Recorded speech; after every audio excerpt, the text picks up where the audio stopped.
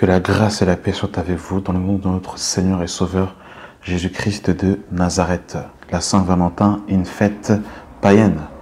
Alors je pense que les enfants de Dieu savent que la Saint-Valentin n'est pas une fête biblique, mais nous voulons quand même dénoncer cette fête païenne et qui a des origines qui n'ont rien de glamour, mais au contraire qui ont des origines bestiales, des origines véritablement violentes, et nous allons le voir dans cet audio.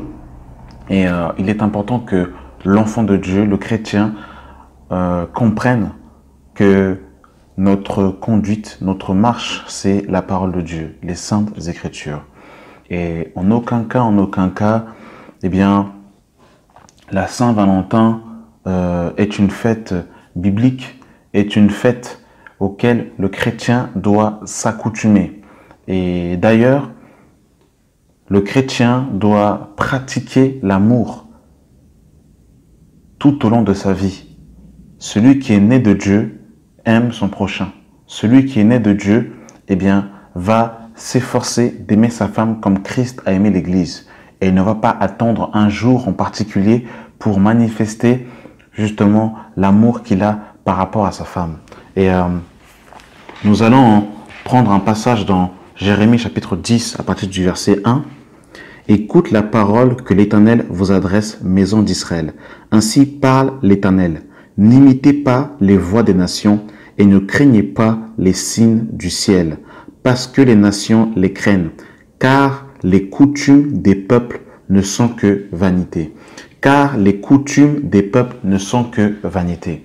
Et il est important de comprendre que la Saint-Valentin est une fête païenne.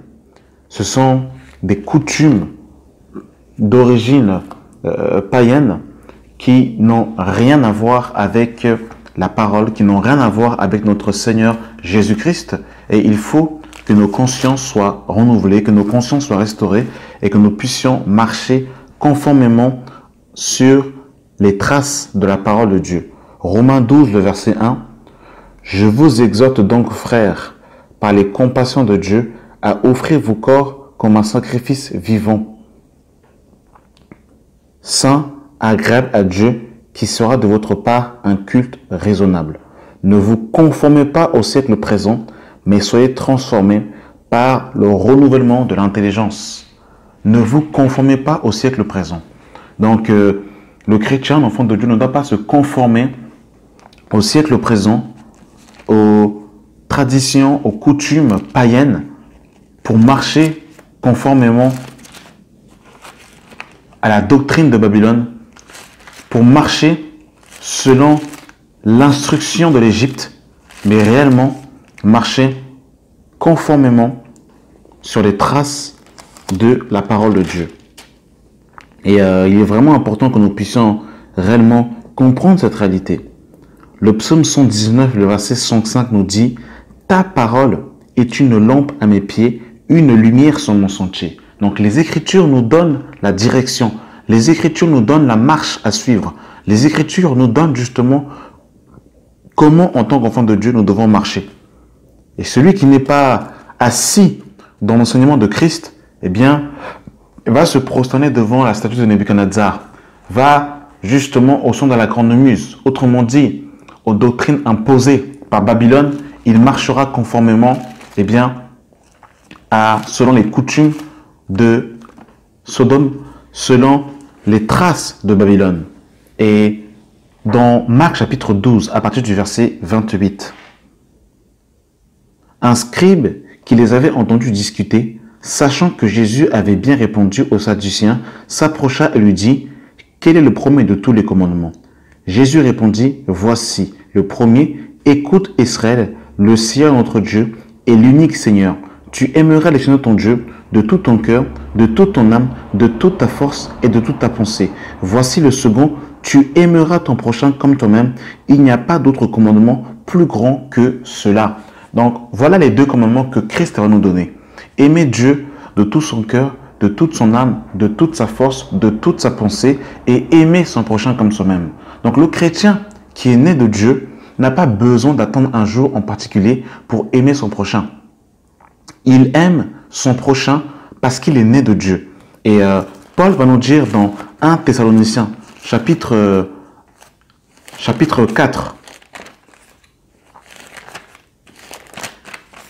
à partir du verset 9. Pour ce qui est de l'amour fraternel, vous n'avez pas besoin qu'on vous en écrive, car vous avez appris vous-même de Dieu à vous aimer les uns les autres. Car vous avez appris de Dieu vous-même à vous aimer les uns les autres. Donc, celui qui est né de Dieu, eh bien, il aime naturellement. Il n'a pas besoin d'entendre un jour en particulier pour aimer son prochain. Jean va nous dire dans 1 Jean chapitre 4, à partir du verset 7, « Bien-aimés, aimons-nous les uns les autres, car l'amour est de Dieu, et quiconque aime est né de Dieu et connaît Dieu. Et quiconque aime est né de Dieu et connaît Dieu. » Donc, celui qui est né de Dieu, qui est passé par une nouvelle naissance, il aime et il apprend de Dieu. Et la parole nous dit dans Romains chapitre 5, le verset 5, que l'amour de Dieu est répandu dans nos cœurs par le Saint-Esprit. Donc, ça c'est par rapport au prochain. Et qu'est-ce que la Bible dit par rapport en fait à l'homme qui est marié? Dans Éphésiens chapitre 5, à partir du verset 25. Marie, aimez vos femmes comme Christ a aimé l'Église et s'est livré lui-même pour elle afin de la sanctifier après l'avoir purifiée par l'eau de la parole, afin de la faire paraître devant lui, cette Église glorieuse, sans tache, ni ride, ni rien de semblable, mais sainte et irrépréhensible. C'est ainsi que les maris doivent aimer leur propre femme comme leur propre corps. Celui qui aime sa femme s'aime lui-même, car jamais personne n'a haï sa propre chair, mais il la nourrit et en prend soin, comme Christ le fait pour l'Église, parce que nous sommes ses membres, de son corps, étant de sa chair. Donc, voyez-vous, bien-aimés dans le Seigneur, celui qui aime, celui qui est né de nouveau, eh bien, va s'efforcer d'aimer sa femme comme Christ aimait l'Église. Et ça, c'est tous les jours. C'est tous les jours, bien-aimés dans le Seigneur.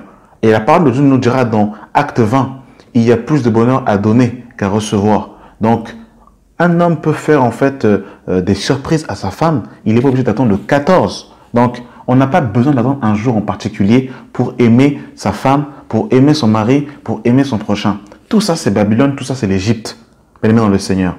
Il faut réellement que nous puissions être enseignés sur les Saintes Écritures afin de ne pas nous laisser, bien-aimés dans le Seigneur, enseigner par Babylone.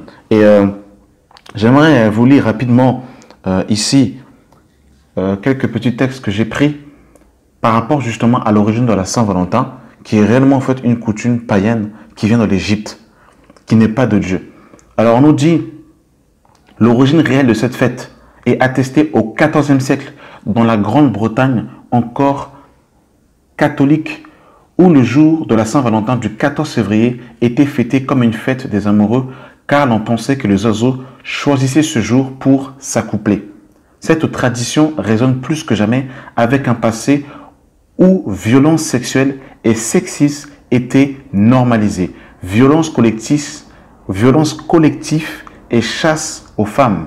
Alors vous devez savoir que à la base, ce jour-là de la Saint-Valentin, eh bien en fait, il y avait de la violence sexuelle et du sexisme qui était normalisé à l'égard des femmes. Donc en fait, il y avait de la bestialité, de l'animosité et en fait, il y avait de l'impudicité. C'était une fête réellement en fait charnelle, c'est-à-dire en fait avec des œuvres de la chair où réellement en fait il y avait en fait des pratiques qui considéraient la femme comme un objet sexuel. Et d'ailleurs, on le voit encore aujourd'hui, où beaucoup de femmes perdent leur virginité justement en ce jour du 14 février, où soi-disant on va mettre du piment dans le couple. Tout ça là, c'est l'Égypte, c'est Babylone. Il faut vraiment sortir de ça. Il faut sortir de cette pensée complètement égyptienne, babylonienne, que Dieu sauve son peuple. Et on nous dit par la suite, et pour cause, l'Église, donc bien évidemment quand on parle de l'Église, ici on parle de l'Église catholique, commence sa guerre aux fêtes de février. Ce ne sont pas des bouquets de fleurs que les hommes offrent aux femmes, mais des coups de fouet. L'objectif, disait-il alors, est de les rendre plus fécondes et de les purifier en frappant leur corps nu. ces célébrations étaient très violentes vis-à-vis des femmes. Donc voilà, bien-aimés dans le Seigneur, l'origine du 14 février. Voilà l'origine du 14 février. Voilà ce qui se faisait, bien-aimés dans le Seigneur. Et ça, il faut que vous le compreniez, il faut que vous le sachiez. Parce que c'est terrible les pratiques qu'il y avait à ce moment. Dans cette Europe médiévale, les hommes se déguisaient chaque année en ours pour chasser les femmes sur les places publiques afin de les amener dans leur, entre guillemets, tanière, pour leur faire subir toutes sortes de choses, dont des viols. Plus que tolérer, ce type d'agissement est alors perçu comme une évolution positive des célébrations de février, la tradition précédente étant plus tournée vers le viol collectif des jeunes filles. Donc voilà, bien aimé dans le Seigneur, l'origine de la Saint-Valentin.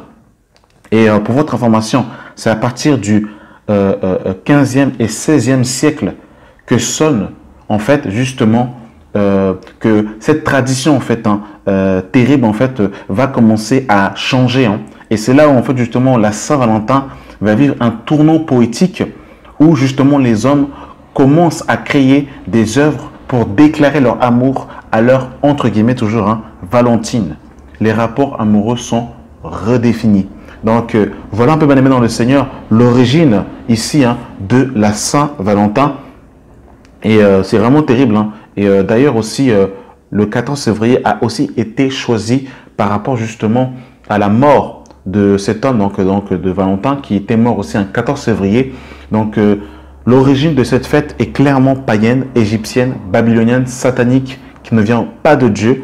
Donc il faut réellement que les enfants de Dieu soient visés. Je pense que nous sommes tous, normalement, pour si nous faisons profession de suivre le Dieu véritable, de s'attacher à la sainte doctrine, nous sommes censés être éclairés sur ces choses. Mais j'ai voulu quand même crier, j'ai voulu sonner le chauffard pour encore dénoncer ces œuvres infructueuses des ténèbres. Donc voilà, merci d'avoir pris le temps d'écouter cette courte audio. Que la grâce et la paix soient avec vous dans le nom de notre Seigneur et Sauveur Jésus-Christ. Amen.